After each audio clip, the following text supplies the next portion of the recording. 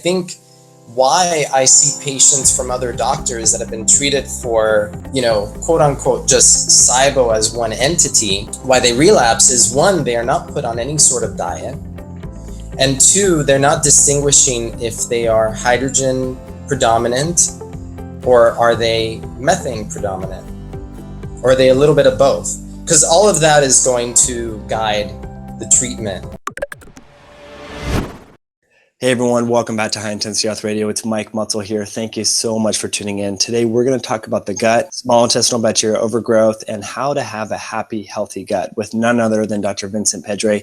He has quite an impressive academic background, so I want to let you know about that. And he's got an upcoming book I want to let you know about too. So he did his undergrad at Cornell University and went to medical school at University of Miami. And I wanted to ask you, Dr. Pedre, if you knew Dr. Perlmutter from med school, but we'll talk about that a little bit later. And then he went on to become board certified in internal medicine. He now runs a very busy integrative practice in Manhattan, and he's the author of the upcoming book called The Happy Gut, which we're going to talk a little bit more about. He's got a great website called The Happy Gut Life. So, Dr. Pedre, thanks for coming on the show. Thanks for having me. That's happygutlife.com without the. Fantastic. I love it. So maybe let's talk about your medical journey and how you got into integrative medicine, and then really maybe more granular, specifically focusing on the gut and wanting to inform others about how they can improve their gut health. So I actually had finished Cornell a semester early because I wanted to get out of there and get away from the winters. And I had about 8 months before starting medical school. And around that time, Deepak Chopra had just published Quantum Healing, and Andrew Weil had come out with Spontaneous Healing. And I read both of those books, and I found them to be really fascinating. And at the time, I was very into meditate. And I started studying meditation and also incorporating yoga into my life. And by the time I got into medical school, I just felt that this made so much sense that it didn't matter how much they tried to brainwash me into the pharma-driven care, that that seed was planted, and there was nothing that could uproot it because it had been nurtured so strongly. And I had experienced things in my life where they really helped, especially the meditation, that I knew that its power was so great that it didn't matter to me whether science had proved it or not, because I knew from my own experience that it helped. And so I did your regular medical school and went into a Western-based, evidence-based residency program in internal medicine. And it was after I got out of that I kind of, it's almost like you're in this rapidly moving system, and suddenly it stops and everything's still. And this is like the end of residency. And then I was like, now what? What am I supposed to do with this? I wasn't happy with what I had learned. And that's when I started re-exploring and trying to reconnect. So I took a sabbatical year and I worked in a program related to the people that had worked on the World Trade Center site. And we were researching their exposures, but there was a lot of trauma. And around that time, I decided that I wanted to do something else. I had so much free time, so I did a yoga teacher training.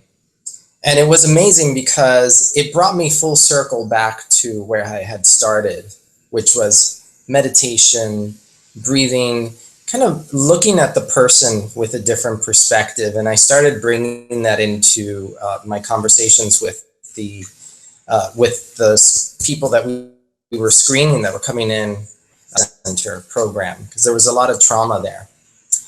And then around that time, I also read Dr. Lippman's book. It was like the 7 steps or 7 keys to wellness, something like that. And I just decided to give him a call. I saw that he was in New York City, and I just picked up the phone and said, hey, I want to meet you. And he was the first one who actually mentioned functional medicine to me. And I really didn't understand what that was. And it took a while actually for it to sink in, because I didn't understand the approach. So I took a little bit of a sideline and trained in acupuncture. And it was really through my acupuncture training that I started to understand looking at the body in terms of processes and systems rather than the Western model, which is looking at your symptoms and diagnosing you with your, the disease, whether it's, fibromyalgia, because you have the symptoms that qualify you for fibromyalgia, and then we'll treat you with Lyrica. So the end result was no better than the beginning. So, but it was through Chinese medicine that I started understanding the system-based biology approach. And it was what finally opened my mind to understanding what functional medicine was doing. And then it really made sense to me. And that's when I went and attended my first international conference, which was in 2006. Oh, cool. And then after that, I was hooked. Right. Yeah, me too. I think, was that one in Tucson? I know there was an endocrine one. Yeah. Fantastic. That was in Tucson, and they've never gone back. Yeah, Tucson's a great spot. Great place. Love it. Fantastic. Well, let's take that systems thinking and the body-mind approach and apply that to the context of the gut, because that's a huge aspect that I know a core theme in your book is it's not just about probiotics and food, but really how you eat food, community, and how that affects gut health and digestion and motility and all these various components. So maybe give us a snapshot of, kind of your perspective on this whole mind-body approach to gut healing. Yeah, the way I look at it is a 360 approach to health. And I think as part of that, we're becoming more and more oriented towards community. It's popped up so interestingly through the internet and social media and all. And it's kind of like bringing people back together in different ways, whether it's groups or whatnot. And one thing that when I was writing my book, I was thinking, what types of eating rules could I come up with that assist with digestion? And one of them is eating in community. Like if you think about when you're eating with your family and you're sitting down around the dinner table and you're having conversation, you can't wolf down your food because you're pausing to talk, you're pausing to listen. So it naturally, without you noticing, is actually slowing down the rate at which you're eating, which is allowing for better digestion. And hopefully the dynamic is fun and happy and not argumentative. So your stress hormones are down and low. So, digestion is a parasympathetic activity. You have to be relaxed for it to happen well. And I see with my patients here in New York that they're eating on the run, they're eating at their desk, they have to eat within 5 minutes and allowing for good digestion. So, kind of like that concept of really slowing down. And I think back to things that patients have told me over the years,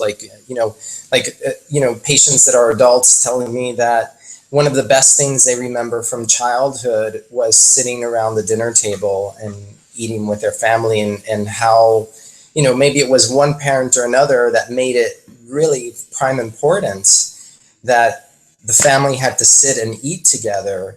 And just think about, a lot of families now don't do that.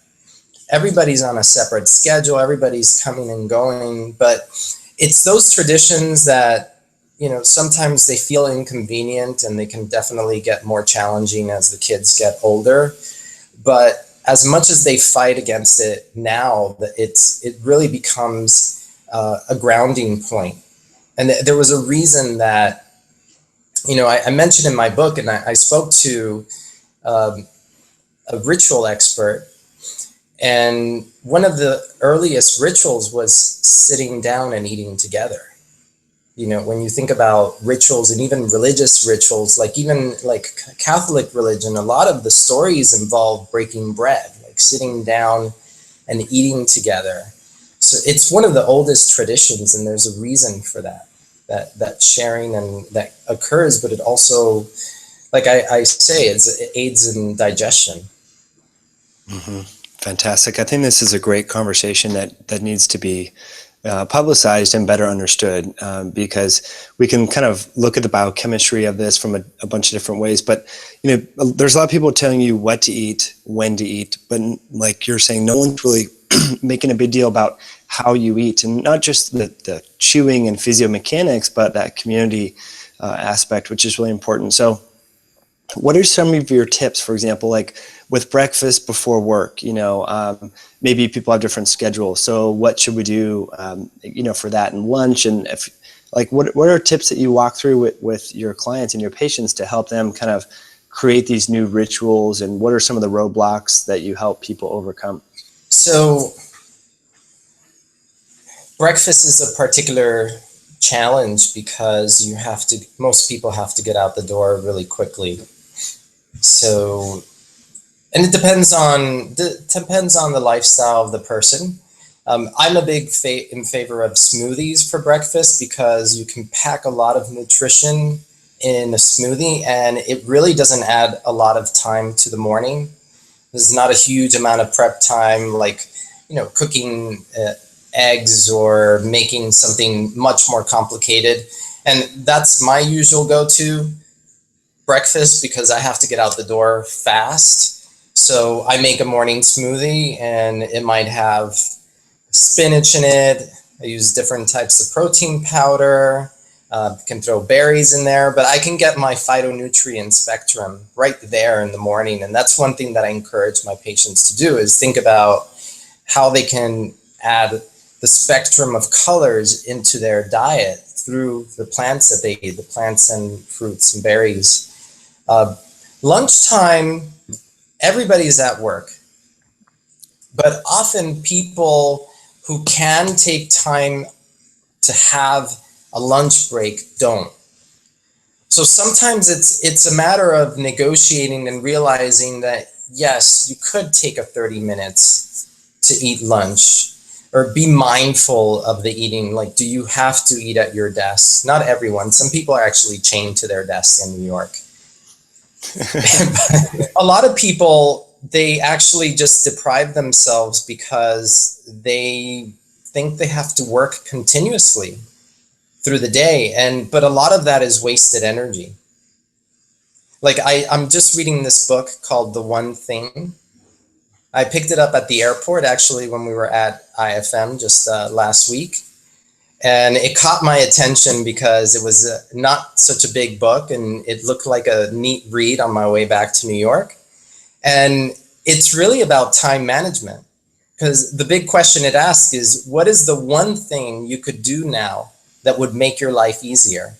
If you think you ask yourself that question, like you could ask yourself that question throughout the day, but what it does is it gets you to prioritize what you're doing.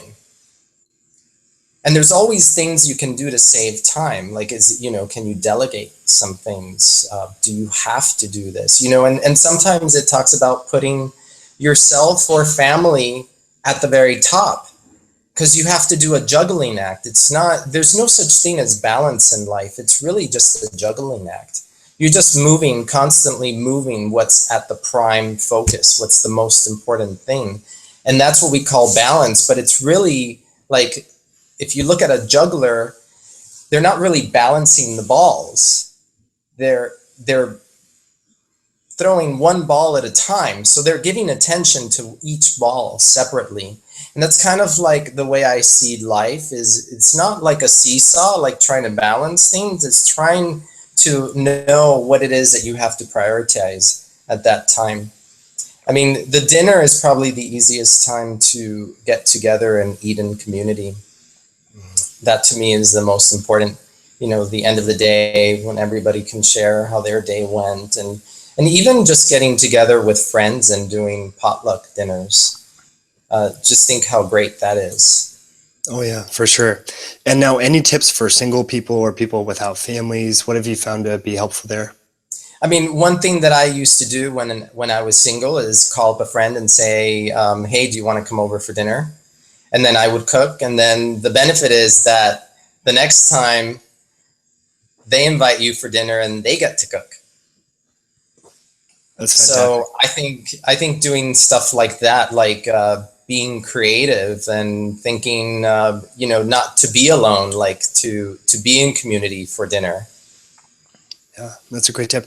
Or even eating out at a restaurant by yourself forces you, sorry, my throat's kind of sticky for some reason, forces you to slow down and take a breath. I find that for me, if I'm traveling and I go to my hotel room and get a whole food salad, I just have this inclination to like wolf it down. But if I eat it at Whole Foods when I'm on the road, or go to a place like, there's a lot of great restaurants in New York, eating at a restaurant. There's a paleo one. It's called Human. Is that it? Or Hugh Kitchen.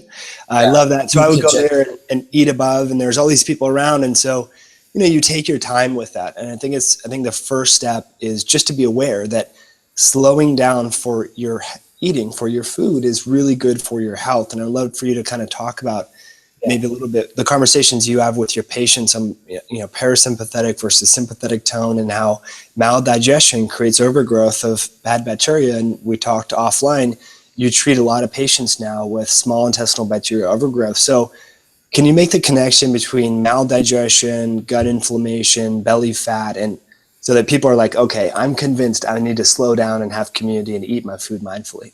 Well, I mean, it's all connected to the diversity of the food that you eat, right? So if your diet is really narrow, which can happen a lot for people who are on the go, on a rush, so you're usually picking up things that are not necessarily the healthiest for you. So it might be like a bagel for breakfast or a croissant. Then lunch might be a sandwich. Maybe you don't want to sit down and have to eat a salad, or like a bowl of vegetables with some protein, whatever it may be. And that creates a much more narrow spectrum of bacteria in our guts. And it was interesting at one of the talks at the conference, the IFM conference, he talked about how our gut bacterial diversity can change by the way that we're eating, and that can happen within a number of days. And there was a crazy experiment I read recently where the father had the son eat McDonald's every day for a month, and they were checking the bacterial content in the gut, and they saw how less diverse it became. It's amazing. Yeah, and there's some interesting studies now about the importance of this diversity. I just had yesterday a patient with ulcerative colitis that did a stool profile, and on her biodiversity, she was very low. And the interesting thing is that her husband has, let's say, mild IBS-like symptoms, and she has very symptomatic ulcerative colitis right now. And the husband was very close to a healthy normal biodiversity, and you could see the difference. It was kind of neat to show both of them, because they're eating the same diet, and yet they had a big difference in the way that their guts are experiencing that diet. So even within that, there are deviations, I would say. But there was another study that looked at the bacterial diversity and metabolic syndrome, and they took this was a fecal microbial transfer from healthy volunteers to males that had metabolic syndrome, so overweight. And they did a transfer, which I think was direct into the small intestine, and then measured over the course of 6 weeks their response to glucose and their insulin sensitivity. And what they found is that after the transfer from the healthy volunteer, that the test subjects actually got better, the ones that got the allogenic transfer. So they did both a transfer from a healthy volunteer, and they did autologous transfer where it was actually the same persons, just to make sure that everybody got the same procedure. Mm-hmm. And the diets were the same among the groups. But what they found was that insulin sensitivity improved. And along with that the ones that received the allogenic transfer from the healthy volunteers, that their bacterial diversity increased. And another interesting thing was that they had an increase in one type of bacteria that produces butyrate. And it was called, I wrote it down, it's called Roadblocks intestinalis. And it kind of brings up the question of the role of butyrate in metabolic syndrome and insulin sensitivity. But we see over and over again in these studies the importance of a diverse microbiota and its connection to healthy weight, less metabolic syndrome, and probably a whole host of other things that we'll learn through this microbiome project now and doing these DNA analysis on the gut flora. I think that's going to be really fascinating to get a really big pool of people and see how is the microbiome different among different people. Oh, absolutely. So let's go back to that patient that you had that had really severe ulcerative colitis, and her and her husband are eating the same diet. So then what do? You look at life history. Was she born via C-section or vaginally, breastfed versus formula, antibiotics? Like, do those questions come out? And then I guess what would be a treatment for someone like that? So they have low bacterial diversity. Are you doing fecal microbiota transplantation? What sort of dietary changes do you do? Are you doing probiotics through an enema?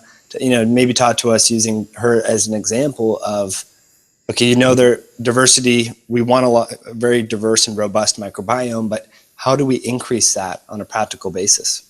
Yeah, so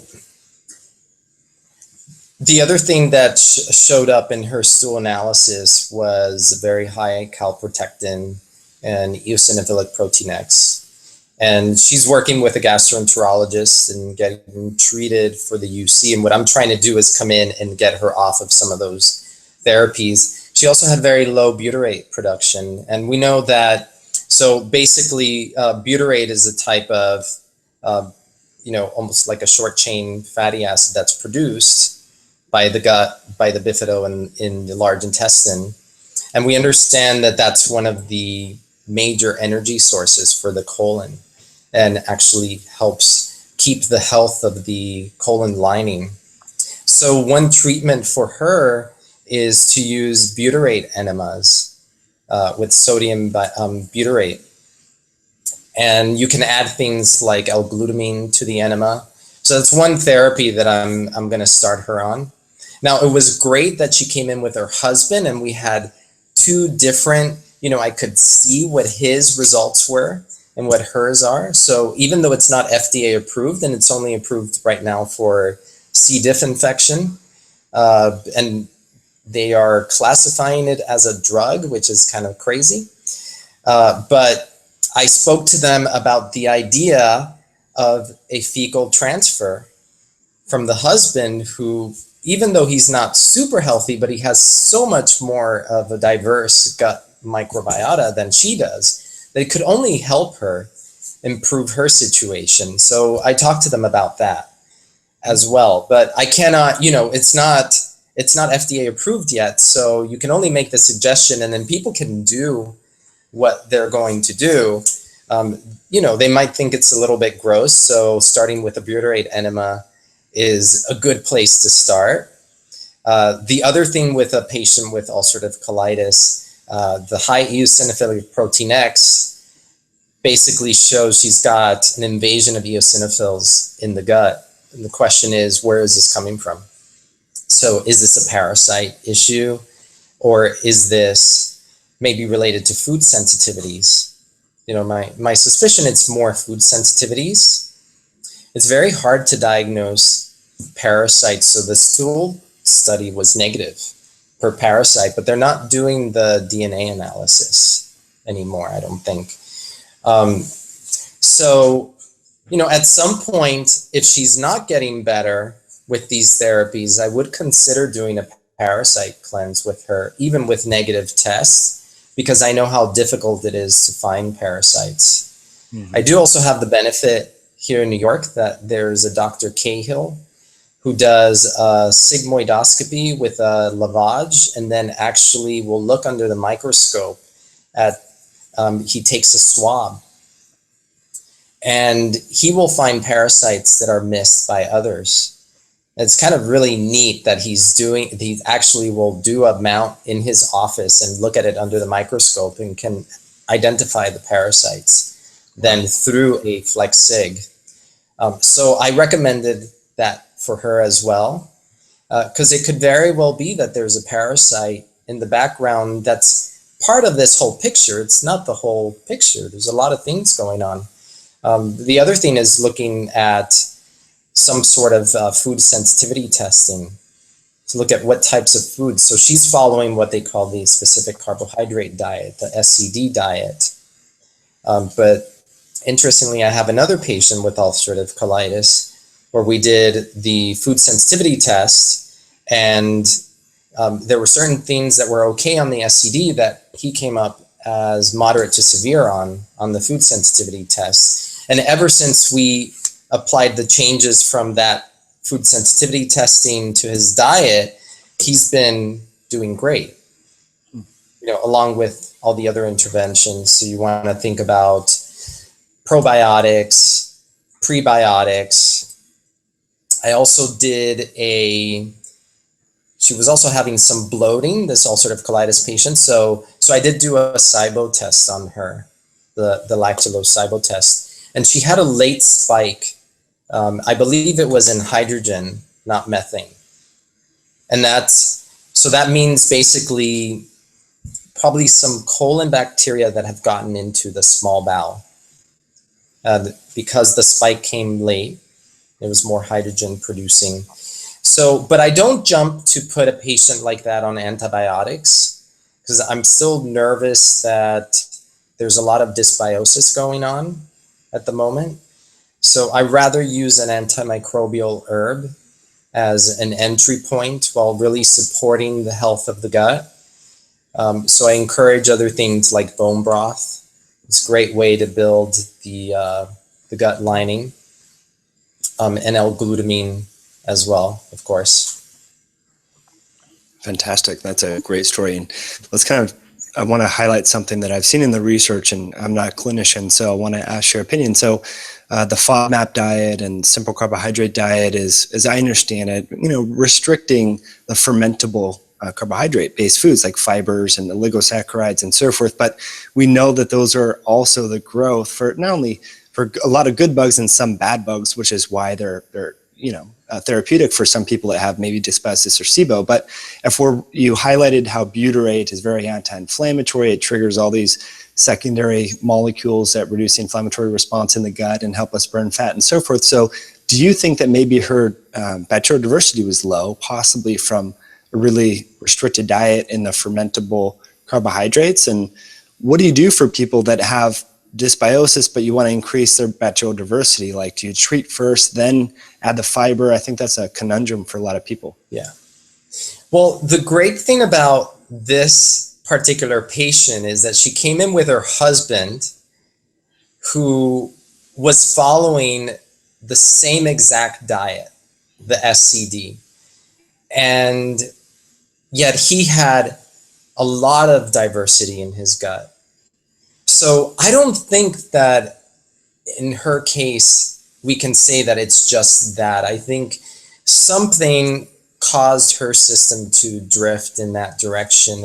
And I think, ulcerative colitis, these inflammatory bowel disease, are complicated conditions. One of the things that came up in her particular food sensitivity was a very severe reaction to gluten, to gliadin. And her husband did not have that. And so I think that there was still some of that getting into her diet, and that could have been causing a lot of damage and inflammation. So maybe it's her overactive immune response that was causing a drop in the biodiversity in the gut as well. So it's sort of hard to say. there's people that are really high fiber, high fermentable carbohydrates because we know that we don't have enough bacterial diversity, and that's one of the main ways to increase bacterial diversity. And there's people in the SIBO camp that are like, avoid those fermentable fibers like the plague, because they're going to make problems worse, because while they're feeding the good, they're also going to feed the bad. And I think, there's got to be a happy medium here. So as a clinician, you see a lot of patients with SIBO. What are your recommendations, and can people get to a place in their life where they sort of get the overgrowth of colonic bugs out of the small intestine and they can resume a diet rich in these fibers? Yeah, I mean, I think the things you have to look at, so SIBO can be one of two things, or it could be both. So it could be a predominance of hydrogen-producing bacteria, or it could be a predominance of the methanogens, which are the archaea, which are actually not bacteria. So the interesting thing is that what feeds the archaea? So it's the hydrogen. So they use the hydrogen, then they make the methane. What feeds the hydrogen-producing bacteria? That's all the carbohydrates, plant fibers, it's all that. So the way I see it is, if the patient comes in and they have SIBO symptoms, you have to distinguish what type they have, and that's going to then predicate what type of therapy they have to go through. And it's clear also that putting them on a low FODMAP diet, which I find to be easier than the SCD, I think the SCD is a little more restrictive. But in general, I'm having a lot of success with the low FODMAP. So you put them on a low FODMAP diet to get them through. And I think why I see patients from other doctors that have been treated for, quote unquote, just SIBO as one entity, why they relapse is, one, they are not put on any sort of diet. And two, they're not distinguishing if they are hydrogen predominant or are they methane predominant, or are they a little bit of both? Because all of that is going to guide the treatment. And I think just as we change over time, like, you have to walk the patient through, and you have to have a little bit of a washout period where you're ending the treatment, but you're still following the diet, so you don't want to overproduce. Maybe you start adding Bifido as one of the early probiotics, and then maybe you also add a soil-based probiotic, because the soil-based organisms are going to produce antimicrobials that are going to keep the other organisms in check, like the archaea, so you won't start to get a resurgence of symptoms. And then as you do that, very carefully, you may add some prebiotics, so like arabinogalactin from larch tree, to help promote more of those good bacteria. But it's almost like you're walking this fine balance, and you have to base it on how the patient is doing. And sometimes you'll say, yes, let's start testing outside. And either the patient does okay, or some of the old symptoms start coming back, and then you have to backtrack. And maybe you need to add an antimicrobial herb, which to me is becoming more of my favorite treatment than reaching straight for antibiotics, just because they have such a broader spectrum of antimicrobial activity. And I just feel like it's safer for the person, but I still do it on a case-by-case basis. Depends. If they are, I know I'm going on and on here, but if they are methane predominant, the research shows that they're not going to respond to rifaximin alone. And so then you have to think about, and they don't respond so great to just neomycin, but if you add both rifaximin and neomycin together, then you get like an 85% cure rate with that. And that's still, you still have to do it with this integrated approach where you're making sure that you're doing the right things with the diet. And obviously, you don't want a person to have to eat this way for the rest of their lives. So the idea is that you're getting them from point A through point B. The thing is, you don't always know if the trip from A to B is going to be 3 months, Is it going to be 6 months, or it might be an entire year? And that's kind of the great thing about what we do as clinicians in functional medicine, is that we develop this team approach with patients, where you're really kind of walking the walk with them, and you're traveling through this recovery with them. And this team approach, I think you're more effective in making them better, because then you're more in tune as to when it's okay to take the next steps. Instead of saying, just take these antibiotics and you'll be better, and then 3 months later they come back, they're relapsed, and you put them on the antibiotics again, and you say, oh, you'll get better this time. Right. And so on, which I have seen. I've had a patient, one of my patients had 5 rounds of antibiotic by the time she came to see me. Wow. And, and I thought, well, what does the doctor think? You're going to live on antibiotics for the rest of your life? Even though rifaximin has a much more limited, it's not as broad of a spectrum of an antibiotic as something like Cipro or Flagyl, they're still affecting your microbial diversity. Mm-hmm. So you have to take all these things into consideration. It's almost like, we're always taking people, treatments sometimes imbalance people. So we take them out of where we want them to be, but we're doing that so we can get them to where we want them to be.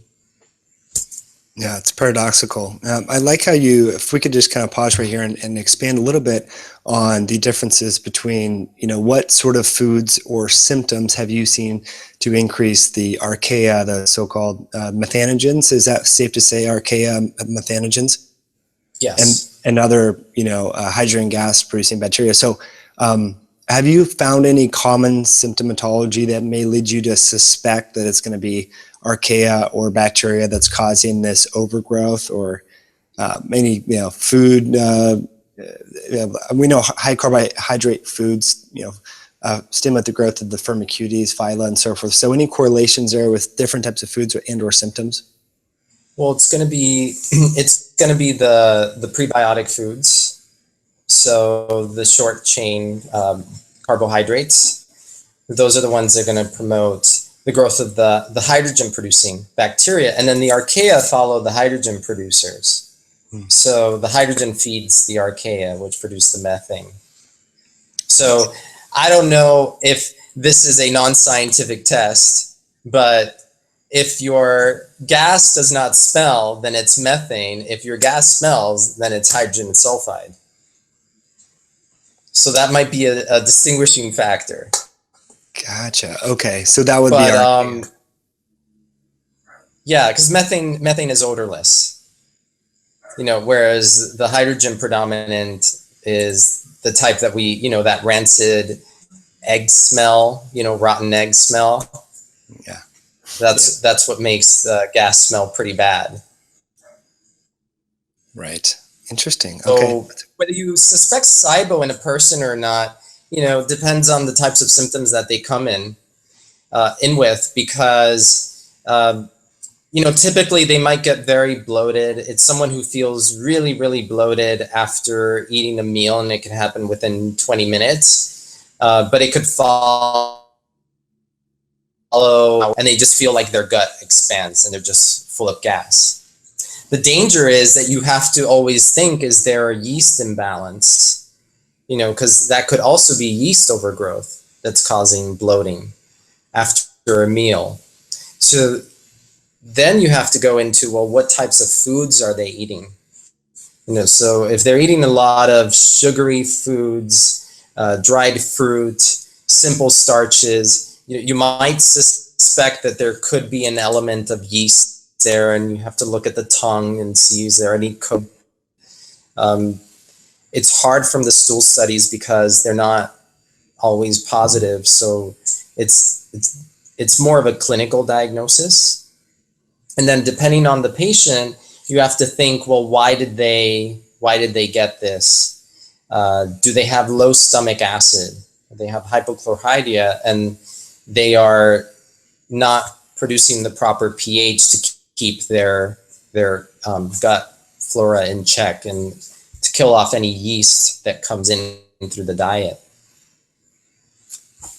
Fantastic. That's a really good way to break it down there for you. So you mentioned herbs a couple different times, and I would love to hear kind of your go-to herbs. Berberine is popular, oil of oregano. You're treating a lot of people that have been to other clinics, and you're kind of the last resort for these complex GI issues. So what have you had the most success with if people are, they do have SIBO? What do you prefer in terms of herbs? I mean, there's berberine I love as one of my number ones. I also like that berberine has a lot of other effects that I've found through the research, including improving insulin sensitivity, helping with glucose metabolism and with weight loss, especially weight around the middle. We'll use things like cat's claw, uva ursi, maybe lauric acid. So, and then the other thing that I also think of when treating something like this is biofilm. So whether the biofilm has to be addressed.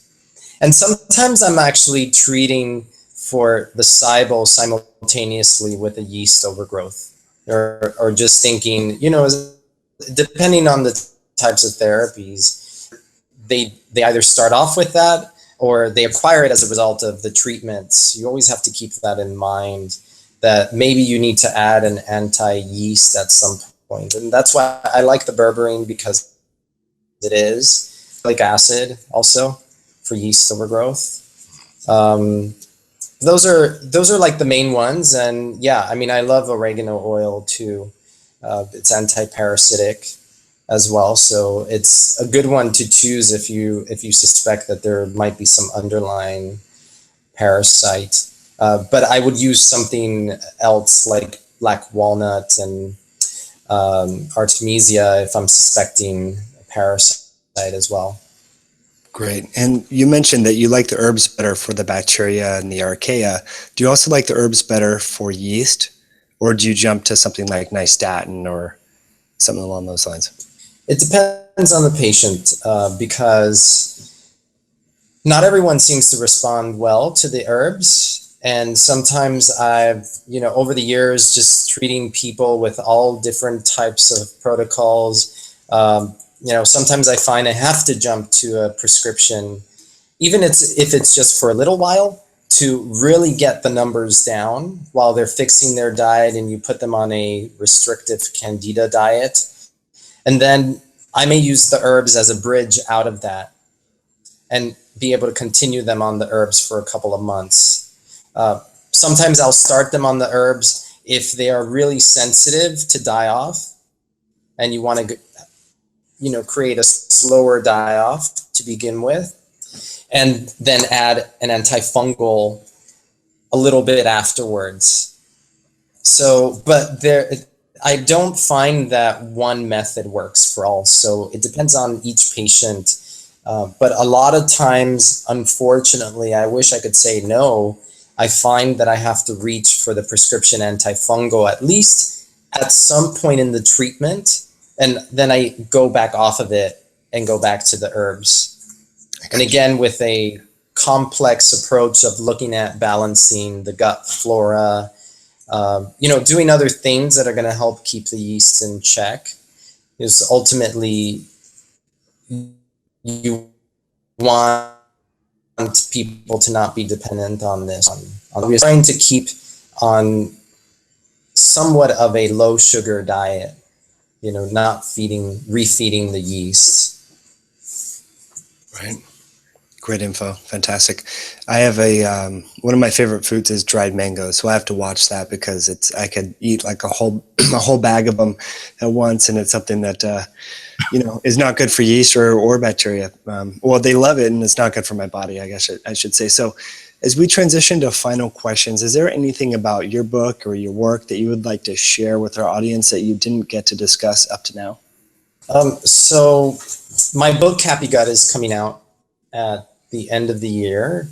I wish it was sooner, but you have to do a lot of preparation to get a book out the gate. But I think it's going to be great. It's an approach to really get people to realize how important the gut is as the seat of all health. And that's what I call the gut. I believe it is the seat of all health. And it's really sitting at the center, and it's been probably the most neglected organ system, but one of the most important, because everything goes through the gut: assimilation, digestion, our immune system.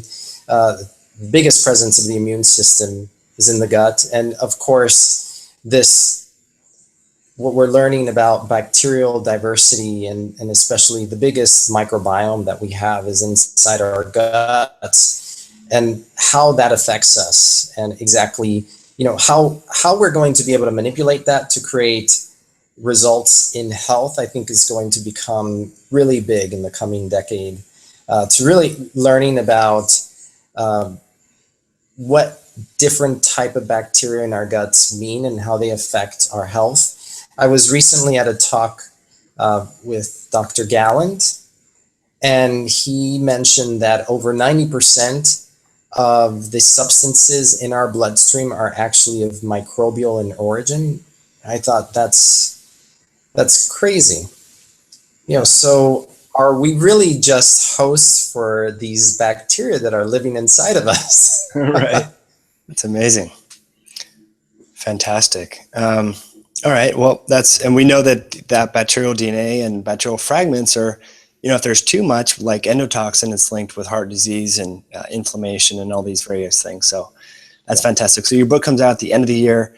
You have some bonuses on your website, which we're going to plug in a second, but we have a couple final questions we want to ask you here, Dr. Pedre. So we know that you have an Ivy League background, you're board certified in internal medicine, run a busy practice. We want to know what your morning routine is, because we know the mornings are really times that we have control over, and they can impact the productivity of our day. So what does your morning look like? Usually I'm waking up around 5:30, 5:45 in the morning. And my first thing is to do some yoga stretches to get out of bed and do some deep breathing.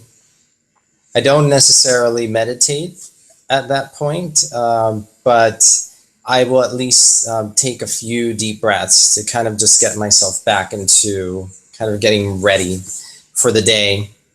And then I shower like the rest of us, and my morning starts with a smoothie, and I put all sorts of great things into that smoothie. And that's probably my biggest go-to breakfast, is my morning smoothie with greens and berries and protein powder, where it be and sometimes L-glutamine.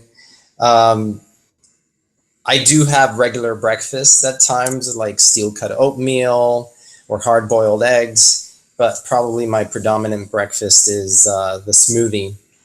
And then either I'm getting my son ready to go to school also at the same time. So it's a little bit of a juggling act there in the morning. And then when I get to work, I can't do it every day, but I try to have a couple of minutes of meditation, just kind of setting the intention for the day and asking, through meditation, connecting with the, whatever you want to call it, with spirit, with guidance, asking for assistance with my day and for insight into what's going on with my patients and the best way to help them. And then my crazy day got started. Love it. That's fantastic. So you take the subway, or do you walk into work, or? I usually subway. Yeah. Because I'm too far away to walk. So right. I usually take the subway. At one point last year, I was actually biking to work for a little while, but the problem with that is that I don't have a gym or shower near me, so then, you add a lot of extra time. And I tend to work out after work. With the way my biorhythm works is I'm not a morning person when it comes to exercise. Have a much more effective workout in the afternoon. Yeah. So like after we get off our call, I'm going to be going and meeting my trainer. Oh, there you go. I love that. Fantastic. I'm the same way. And actually, our body temperature is higher in the afternoon. Our, testosterone to cortisol ratio and the overall catabolic physiology is in our favor in the afternoon. So unless you're a true morning person and you're just like up at the crack of dawn and ready to go, I think it suits most people to work out in the afternoon anyway. So Love that tip. Now, do you do a lot of meditation at night then? Is that when you know, because you've been doing this for quite some time, is that when you carve out your meditation time? Yeah, my bigger meditation time is at the end of the day. So usually right before I go to bed. And that could be like different types of meditation. I've never done transcendental.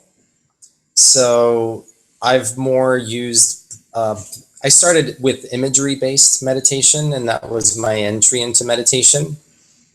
And then once I got deeper into it, I found I didn't need the imagery anymore. And I just got into a breath-oriented meditation, and I would use something like alternate nostril breathing to center myself.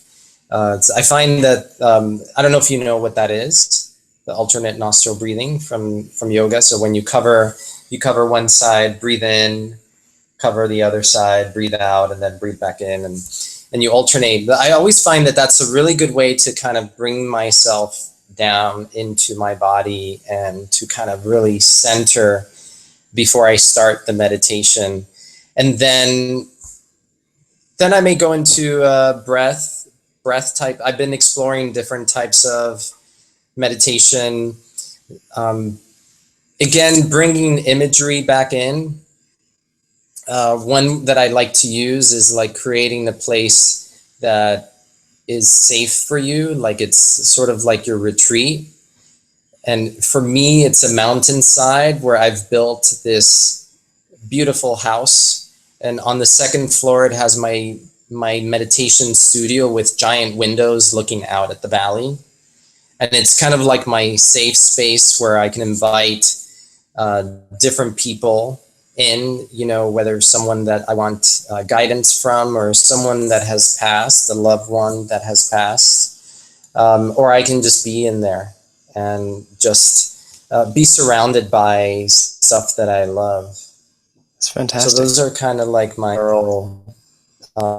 types of meditation that I do.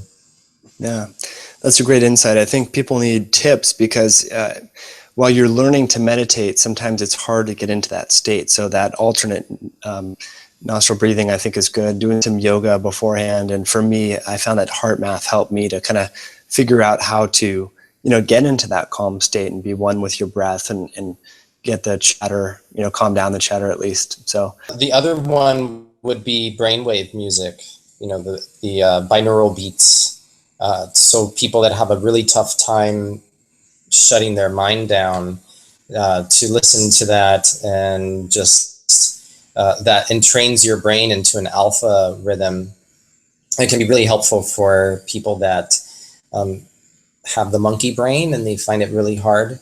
But I also find that people with the monkey brain can do really well with transcendental meditation and a mantra, like something that they repeat over and over. And the other thing to tell people is that it's just like anything else. Like, could you expect to run a marathon on the first day that you run? Like, can you expect to be really good at meditation the first time that you meditate? But a lot of people give up really fast, thinking, well, I'm no good at this, because they fail after a few attempts. But it's like any other muscle, like you have to practice it. And what I found is that it gets better over time.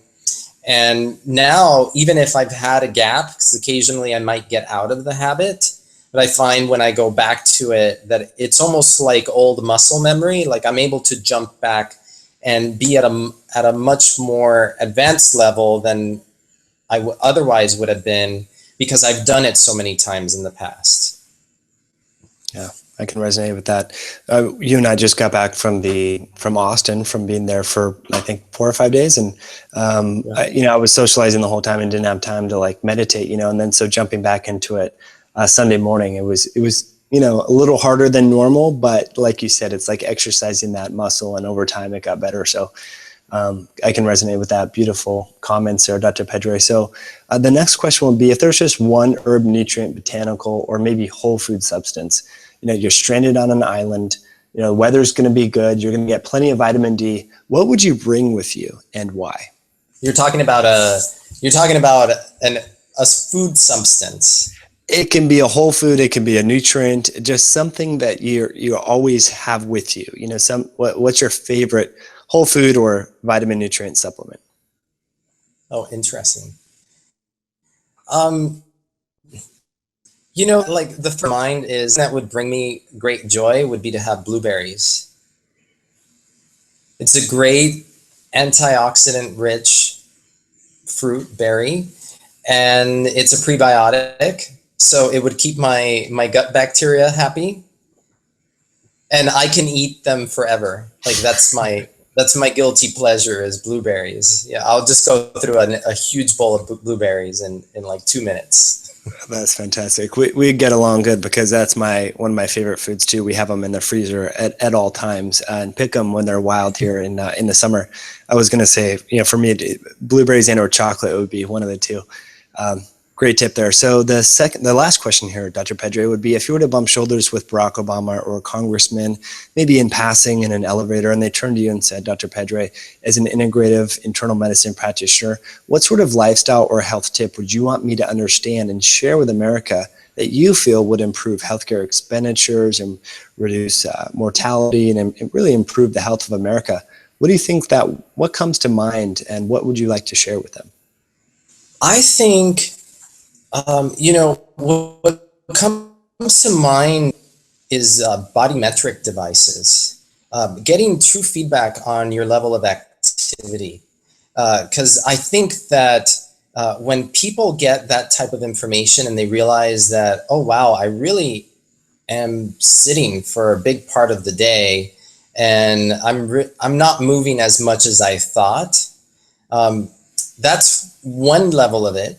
The second level of it is the community aspect, because then you can connect with your peers through these biometric devices, the wearables, and then create competitions of who has the most steps by the end of the week, or, whatever it may be. I just recently learned that Oscar Plan here in New York, I don't know if they're everywhere in the country yet, their new insurance plan, that they are giving all their members a wearable.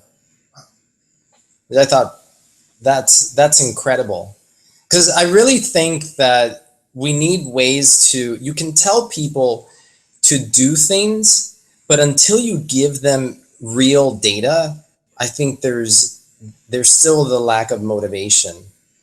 So I think if we can give people data that is personal to them and show them that if they change this, that they are going to improve their health, that's going to go a long way. I mean, I think that's the next step, because the problem is the patient comes to your office and then leaves with all this advice, but then they go out there into the world right, with all its temptations and, all those great foods to eat and sweets and chocolate. And so I think if we start creating this bi-directional interface between the patient and the practitioner that goes beyond just when they are in your office, that's going to be huge. I think that can really help improve the health of people.